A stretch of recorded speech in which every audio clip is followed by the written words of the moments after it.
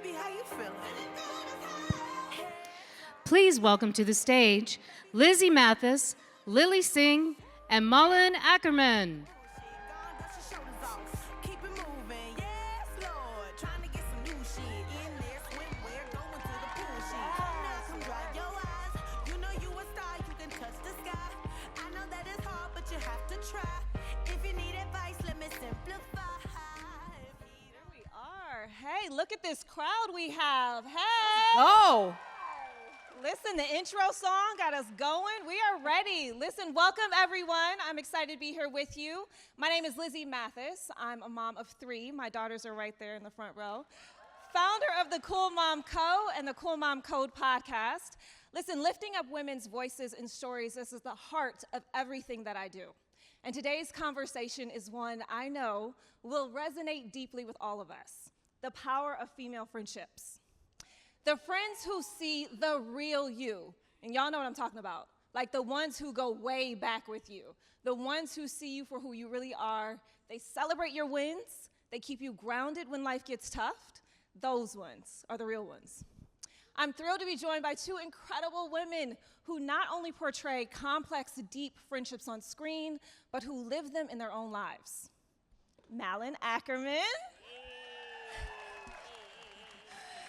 is an actress and producer who 2 decades of screen roles, from The Watchmen to Billions, have cemented her as one of Hollywood's most versatile talents. She's currently starring in Netflix hit drama, The Hunting Wives. Hey! Crowd fame. Lily Singh. Come on, guys. Come on, Lily Singh. She is an award-winning entertainer, a New York Times bestselling author, and an advocate for gender equality. She founded, round of applause, yes. She founded Unicorn Island, a global platform dedicated to changing the way stories are told and who gets to tell them. And she just released her first feature film, Doing It. Yes, let's go. All right, ladies, listen.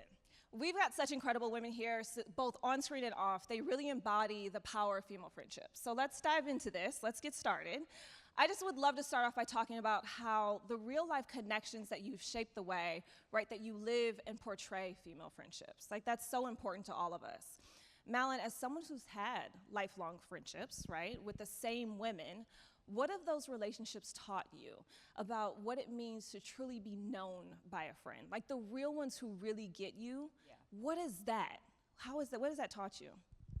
Well, it's incredible. I think it's a beautiful thing to have friends who I've known since birth and since, middle school, and that we've come up together and carried each other through beautiful times and difficult times and changes.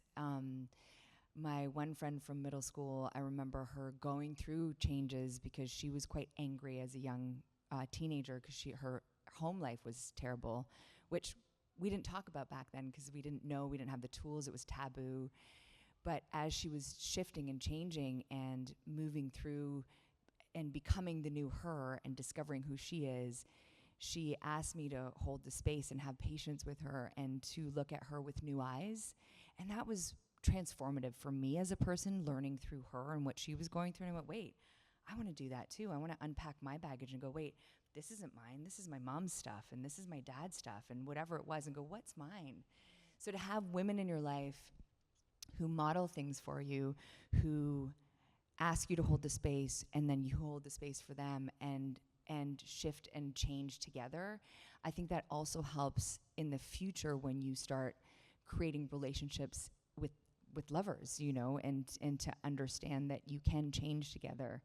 But to have the support and for women who are in my life who ground me and keep me sane in this insane business that we're in, I think that's really important. And I also just think that to be seen, like you said, that's just a human need, to be seen and to see people on beneath the waterline of what's really going on. I just love that you said, by seeing her and how she was handling things, it forced you or encouraged you to look at yours and say, hey, I want to unpack that too. And I think that's a beautiful part of friendship. Absolutely. When you can do it together and you both grow, absolutely, right? And you don't get stagnant. That's friendship that really lasts. Exactly. Lily, Yes. Yeah, okay, girl. Okay. Let me just tell y'all. Lily backstage, she's so cool, she's calm, she's collected, and you get this mic in her hand, and I'm like, yes. I have an unhealthy is on the and off Lily- switch. I told you That's this. right. I told you I'm gonna be a different person on this, and I'm out here now. There you go. We ready? Like We're talking to the people. That's right. She Let's has the go. juice now. You guys give her energy. I love this. Let's go. Lily, your journey has taken you from digital creator to feature film producer. I mean, you have done it all. You really have. And with so much change and growth on a personal level as well as with your career, how have your friendships kept you grounded through it all? I mean, like day ones, they keep it real with you. They tell you, they're like, girl, nuh-uh, no. No, they keep me humble for Yes. sure. They drag me left, right, and center for sure. Absolutely. Well, I honestly, how I would answer this is, and I want to know if anyone relates to this. If you've had friends for a really, really long time, and be genuine, be honest, it's a safe space. Have you ever felt like, oh, I have kind of less in common with this person now, and I don't know how to connect with them? Raise your hand if you've ever been like, this person I know for a long time now, I'm feeling like maybe we're in different chapters of our life. And, you know, growing up in Toronto, Canadian girls, growing up in Toronto, okay, Canadians, let's go. All three polite of you over there. Very good. Yes, exactly. You know, growing up in Toronto, I have a lot of friends. Some of my friends that I'm actually seeing next week, I've known since grade 2. I have some friends that I've known since the 2nd grade, and they know me through every part of my life. But when I got into this industry, kind of similar to what you were saying, when I got into this industry and, you know, your experience are so vastly different than your hometown friends, I sometimes, when I talk to some of my friends, I'm like, oh, I don't know how to complain effectively to you. I don't know how to tell you about my day because it's so vastly different from your day. And I had to talk about this in therapy because I was like, I just feel like I have no friends. I feel like I don't know how to connect with people. And that's when I learned that the power of friendships is that no one friend should actually entirely fill your cup. I think different friendships are really, really important, especially different female friendships. And I've learned that it is kind of an unhealthy mindset to think that this one person is now going to satisfy every friendship need I have. I think it's important to have a diverse group of girlfriends, honestly. So for me, it's important that I have some hometown friends that know me before any of this glam ever happened. They know all of my childhood trauma. They know my family. They know all the things. But I find it equally important, and I know Drake is all like, no new friends. But I do think it's important to have new friends, and I have industry friends where, like, if I have a complication on set or, like, there's a business deal or there's something that maybe other people can't connect to, I can call them up as well. So I really believe in a group of friends that can fill your cup, not just one person. Because I think we make that mistake even with partners. I think we make that mistake. But they're going to have to fill most cups. That's right. You know what I'm saying? Unless you have an open relationship, which is cool right. too. I think they can fill it, but I think I used to, just to call myself out, I had to work on this through therapy. I used to have the expectation of people to be like, you, one person, will fill every single facet of this cup. And I just don't think that's realistic, and I think that hindered my friendships a lot. So now I'm better at being like, I love you all, and you are all so important to me, and you all are just complete my cup together. Okay, now this is the question though. Do you categorize your friends and the friends that fill different cups? Do you bring them into one space, or do you keep them all at like little, like, hey, you're here. I love you all, but like I play with you over here, I hang with you over here, I talk to you over here. Do you bring them together, or are you kind of like categorize them? Making me seem Look, psychopathic, and I no, love it no, because you're no, not wrong. No, because this is why I asked, No, because it comes from a real place. I have 100%. childhood friends, Yeah. but those childhood friends don't necessarily mix with my I get you. more mom friends or industry friends. So Absolutely. it's kind of like it's different. We do different things. Absolutely. I think that, well, by nature, it's kind of divided because my hometown friends are all in Toronto, and my industry friends are all in LA. So by nature, now there is certain instances where they do get together in the same room, and it's fine. But yeah, they don't have much in common. They don't have much in common. You know, this group is talking about, oh my God, my stylist annoyed me today in my glam team, and this girl is like, my kid just threw up on me. I would never pay this much for glam. You seem like a crazy person. So every once in a while they get to, but the common thread is that I pride myself in the fact that I surround myself with really good people, and so the common Love thread is that. they're all good people, and so they get along for those reasons. There you go. That deserves a round of applause, and that's exactly right. I do say you can tell a lot about a person through their friends. I really do believe that. Do you? I really believe that. I don't know. In high school, I have to beg to differ. High school is different. Well, I'm just saying as But an as adult, you get older, exactly. you Yeah. can An tell. adult, yeah, and I I think think when you're you're right. dating someone too, the 6 people that are closest to them, just beware. Ooh, Facts. that's such Facts. a good tip. That's a good dating tip. No, that makes sense though, because you all have commonalities. So if you're close friends with someone, there's some commonality there that you do share. All right, this is for both of you. So You're so good at this. Oh, really? Oh my God, Lily, thank you. She's so good at this. Winging this guy. She's so good. Supporting women, y'all. Come on. There you go. Come on. Let's go. Hello, meet my new, team right here. Absolutely. This is Friendship group. My new Friendship team. Friendship group. Look, I told my kids backstage, I was like, listen, this is what you do. You bring your hype group with you wherever you That's go. right. There you go. That's right. Friendship isn't just about support and seriousness. You know, it's not just about the hard times that we talk about. It's not just about the rough times where we really need that shoulder to cry on. It's also about joy and fun and laughter and being able to be silly with someone. How have those moments of humor and play shaped the friendship in your life, and how do you bring that energy into your roles that you portray?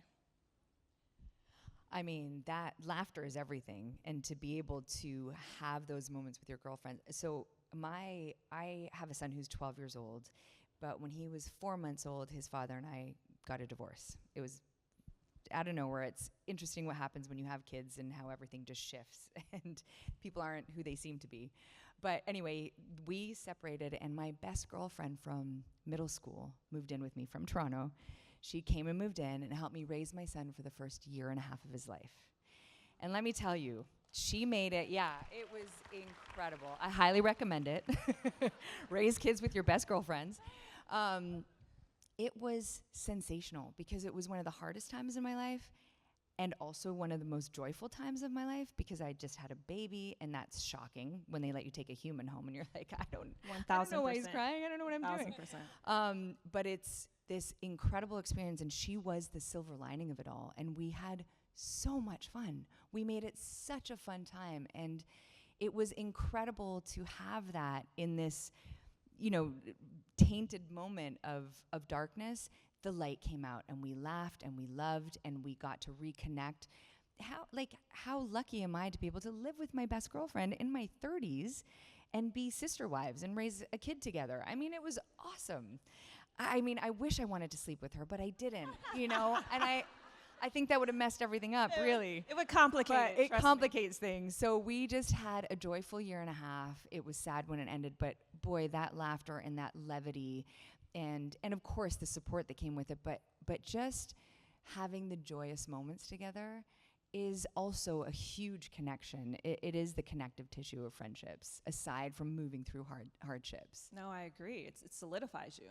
You really know that they're in it with you. That's a bold move. That's amazing to have that support. It was incredible. Yeah. And luckily she was able to work from home, and also she's like a leadership consultant and coach. So everything, she really, this is the one who made me hold space for her when we were in like our teen years. Oh, look at that. And she saw me one day. I was a mess, you guys. I was on the floor. I was cleaning up. I was holding the baby. I'm like, I have a call in 5 minutes. I have an interview. It's okay. It's okay. She's like, I'm just going to a yoga class. I could stay if you want and just take care of him if you want, but you have to ask for help. You have to ask me. And I went, can you just stay? She's like, yeah. Was that so hard? You have to start asking for help. I am still working on it, but asking for help was always such a sign of weakness for me because I'm such a survivor and I got it all. I moved out at 16 and my life is my life and I can do everything. And you can. You need to lean on your girlfriends from that. So she taught me that. Wow. Yeah, it was beautiful. That's powerful. That's powerful. It's hard for me to ask for help too, so that's powerful. Yeah. That really is. I gotta reevaluate my girlfriends to see if they really would come move in with me. I feel that we're not going to be alone in that. Raise your hand if you struggle to ask for help. Yeah, I think that's called being a woman. It's called independence. Yeah. It's called that we just feel like we have to do everything ourselves because why? We do it right. I know. Hey! But our other female girlfriends do it right Correct, too. that's what we need to remember. That's the thing. That's where what we need to remember. It's so nice to have that connection. Absolutely. I'm proud of you. I am too. I think that's a lot. I mean, that's growth. That's growth. That's what they say. Lily. That's growth. Lily, you not only act, but you write, you produce your own work, you literally own your own narrative, which is not the case for everyone. How do you approach building female characters and friendships into your stories so they feel authentic and aspirational? How is that something that you approach? Yeah, so I grew up watching things that had the trope everywhere of girls can't get along. I feel like for as long as I can remember in school and on TV shows and movies, it was always this narrative like girls fight, they don't get along, they don't support each other. Of course, Mean Girls, cult classic, we love, but they made it seem like that was it. Like that is the only version of female friendship, and you got to fight over boys, and you got to compete against each other. And then when I moved to LA into this industry, I felt the same thing. You know, you back in the day before there was Zoom auditions where you went into in person, you'd be in a room full of other girls and we'd all just be Staring shooting each other down. daggers into each other. Just like there's only one spot, we have to compete, we have to compete.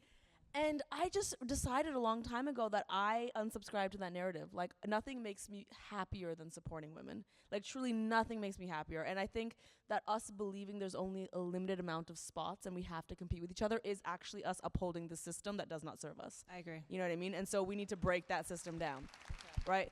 So I, in my own life, have really tried to catch myself when I am wishing, like when I'm feeling bitter towards another woman. I actually really have to call myself out on it. I have actually at parties like stopped and taken another friend to the side to be like, I actually owe you an apology. 2 years ago, I was salty about this thing, and I'm better than that. I've done this at parties. You have not. I have. This I is am your like, party trick? I am actively unlearning that narrative of I have to compete against other women. No, another woman's success is my joy, and I refuse to believe anything else. But on screen, I will say, Yes, clap to that. She's absolutely right. Clap to that. on screen, I actually, so y'all, let me just, your girl can get a little petty, I'm not gonna lie. So my recent movie, Doing It, that came out, it is, just to give you a quick synopsis, it is a 30-year-old virgin finds herself teaching sex ed, okay? And so, yes, I'm the virgin, it's basically an autobiography. So it's a sex comedy, and it's a sex comedy in the vein of American Pie, 40-Year-Old Virgin, all the things, those movies we grew up with, but all those movies kind of look the same way. They're very male-centric, and if there's any female characters in those movies, they just serve the men. They just serve the male character. They don't really have much to say. They don't have many opinions. And so when I was writing this, it has a bunch of amazing females at the center of it. It is a female-forward sex comedy. But my love interest, the character's name is Alex. You know, he's there, and he's fine. And I wrote the script, and I sent it, and I remember an exec came back to me, and their number one note was, we feel the Alex character is really one-dimensional and could be fleshed out. And I literally was like, nah, I'm good. I was like, I'm good, actually. So I actually will go the opposite. I want to make movies where there's a bunch of females, I have a bunch of opinions, and the story is completely about them. And then I actually purposely will make a male character that just completely accommodates to the woman. That's amazing. Because I'm like, men, you've had your chance to do that in movies, and now in my movie, you will just agree with everything she says. And that's what I do. And that's what I've been doing. More of that. Level the playing field a little More bit. of that. Doing it is just the first of many. You need more of that. We definitely need to see that. And literally, my character's like, I don't want to have sex. He's like, that's fine. I want to have sex. That's fine. He's just, whatever she says, he's just into it. And I'm like, absolutely. Where do you find men like that in real life? Yeah, that's why we have to write them fiction. That's why. Exactly. Exactly. Malin, listen, you've experienced working with deeply supportive casts, including on The Hunting Wives, AKA your new BFF, Brittany Snow, right? Yes. Like, what did that environment teach you about the importance of portraying authentic friendships in storytelling? Being able to have that support. I don't know how authentic the friendships are in Hunting Wives. I would not trust many of those women. But the friendships that formed on that set with these women, like you were saying, you know, in this business, there can be so much cattiness, and there's so much of like, don't take my spot, who's the next one, who's breathing down my back. So to be on a set with these women and the love and support, I mean, it is like a celebration if somebody, you know, does a somersault, and you're like, any little thing is just like, you did it, oh my God, that's so good. And Brittany and I, we had some intimate scenes together. And we were just, you know, it was so many lovely moments, because before our very first intimate scene together, there was a lot of nerves. And, you know, we're so used to dissecting our own bodies and looking in the mirror and finding all the things that are wrong with our bodies. And it's terrible. And we saw it in each other firsthand as we were like, oh my God, I don't know. And I just went, Britt, you know what? We're fucking beautiful. We've worked hard for these bodies. We've worked hard our whole lives. And you're a beautiful fucking person. And let's not do this. Let's just go out there and have a great time. As much as you can with all these cameramen and like it's a weird time. But let's just be in it together and let's support each other right now. And let's just feel great about ourselves. And I look at you and you're beautiful. And like, let's celebrate our bodies right now. And so we had this like energy and like cheerleading moment before going out there and doing this. And like, it was just beautiful. I wouldn't do that with a guy. I didn't do that with Dermot. I wasn't like, let's just celebrate our bodies. I was like, oh God. That's the best before scene pep talk ever. It was great. You're beautiful. No, you're beautiful. Yeah. Your body's amazing. No, your body's amazing. And Like, this that's is our awesome. set. And that doesn't always happen, you guys. And you know, like, to have a bunch of women, it can get catty. I've been really lucky in the movies that I've done. I really haven't had any bad experiences. There's been maybe one or two. And it wasn't with women. But this set specifically has been it's been so important to have these relationships work. Because of the intimacy of the relationships on screen, I hope and I think that it shines through that there is this baseline, there's this support group between every take, and everyone just wants everyone to win. And even after the fact of like, you know, Katie's going to do this show and Brittany's going to be on this show, and we're going, oh my God, I can't wait to watch you, and you go girl. And how beautiful to have that. And I do think that if women were to support women, we would rule the world. Like, it just is but it's unfortunate that the cattiness comes in, and if we could only see each other and uplift each other, it is a wonderful world when we do that for each other. It really is. And we're all guilty of, like you just said, like, of having our moments where I'm like, oh, that girl. But I think it's also important to remember, I don't think any of us are innately like that. I think we've been convinced 100%. we have to be like that. Yeah. So it's like the unlearning. Yeah. That's really But important. it's about catching yourself too. Correct. Which is what Yes. you're saying. 2 years later. Better late than never. Into you it. know? That's right. Takes That's a long right, time you to know? unlearn. That's right. Yeah. But it's about catching yourself. It's about having that moment, and that's real growth. Honestly, we go back to growth all the time. But that's real understanding what life and lessons and learning along the way. I mean, you're older, you're wiser. You know, you've experienced more things. You might have felt it on the other end for yourself. So now you're able to say, hey, that's not cool. Let me not do that on my side too, you know? So I think it's all of that.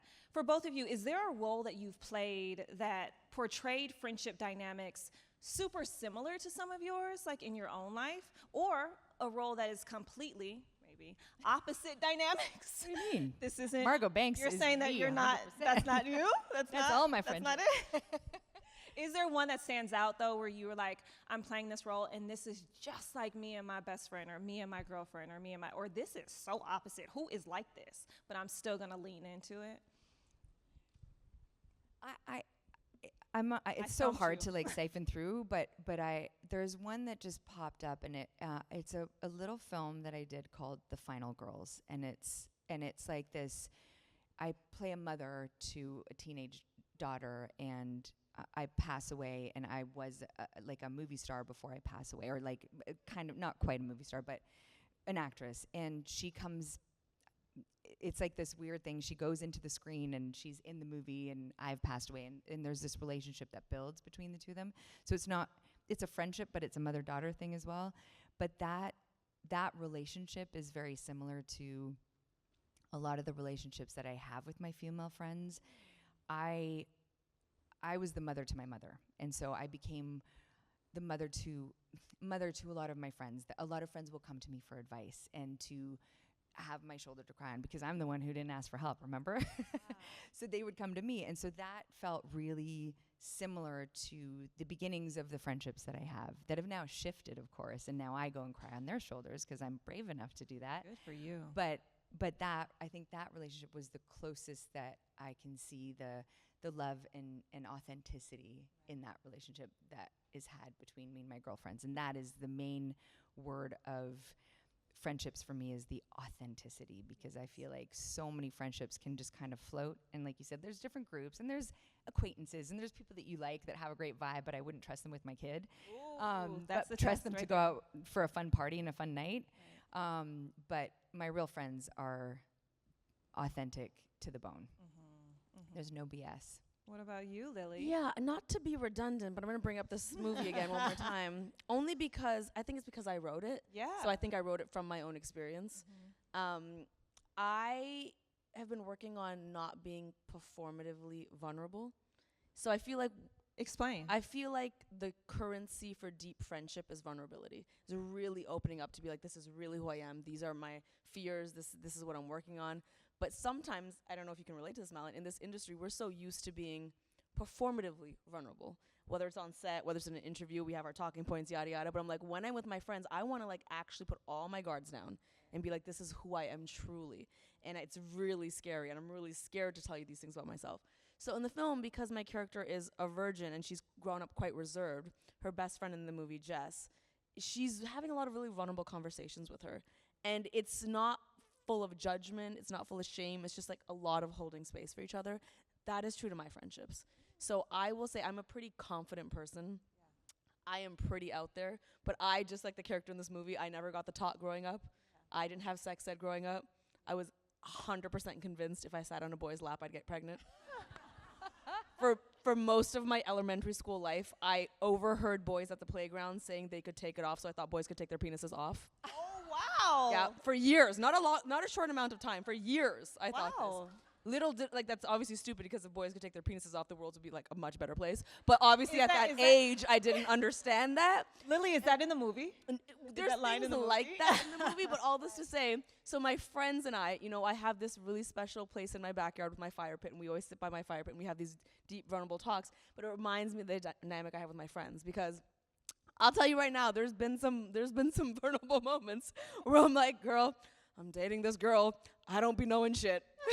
And my friend will be like, using her hands to show me things. There will be like a full class. So I will say that like the deepest, most vulnerable parts of myself, I have a group of friends, like they really, there's no judgment. It's just like, listen, girl, we're all messed up in our own way and we're going to help each other. Just get through it. And so that's very true to what you see in the movie as well. That's what it is. Like just realizing that we all don't have it together. Like we're all figuring it out. That is friendship. That's right. right. Like, oh my God, we're both messed up just in different ways. Yes, we are all in this race. And just having like finding your people that can just be like, okay, I get it. Even if it's at different phases of your life. But that's also where you connect. Yes. Because if everyone's like, I'm perfect, then where's the connection?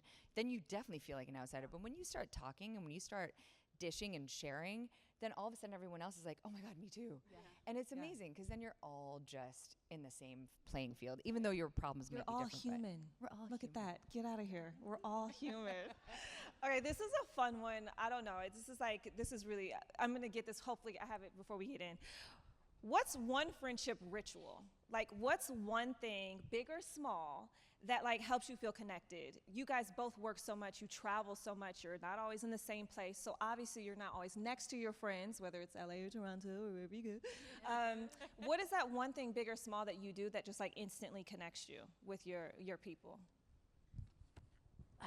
I don't know about instantly connect, but I do have a really good answer to this, because I don't know if you've gathered this yet. I'm a type A nerd. Like, I'm a nerd and I'm type A and I love organization. It turns me on. And so on the last Sunday of every month in my calendar, it says plan social activities. And the reason I do that is because I travel so much and I work so much. And if I don't make a really proactive effort to spend time with friends, it just will not happen. So I actually, last Sunday of every month, sit down for an hour, look at my calendar. I plan a monthly poker night. I try to do a dinner every Thursday. I will literally go through the whole month to be like, this is when I'm seeing my friends. So my friends are very used to it on a day where I'm going to be like, Can I be your friend? For real, I would, yes. We want a poker night. I have to, because if I don't like really plan it, it just won't happen. And so I really treat friendships and making time for friendships just like I would treat going to a set, just like I would treat making time for my work. You have to make time for friendships as well. Super intentional. Very, very intentional. Yes, I'm a huge nerd.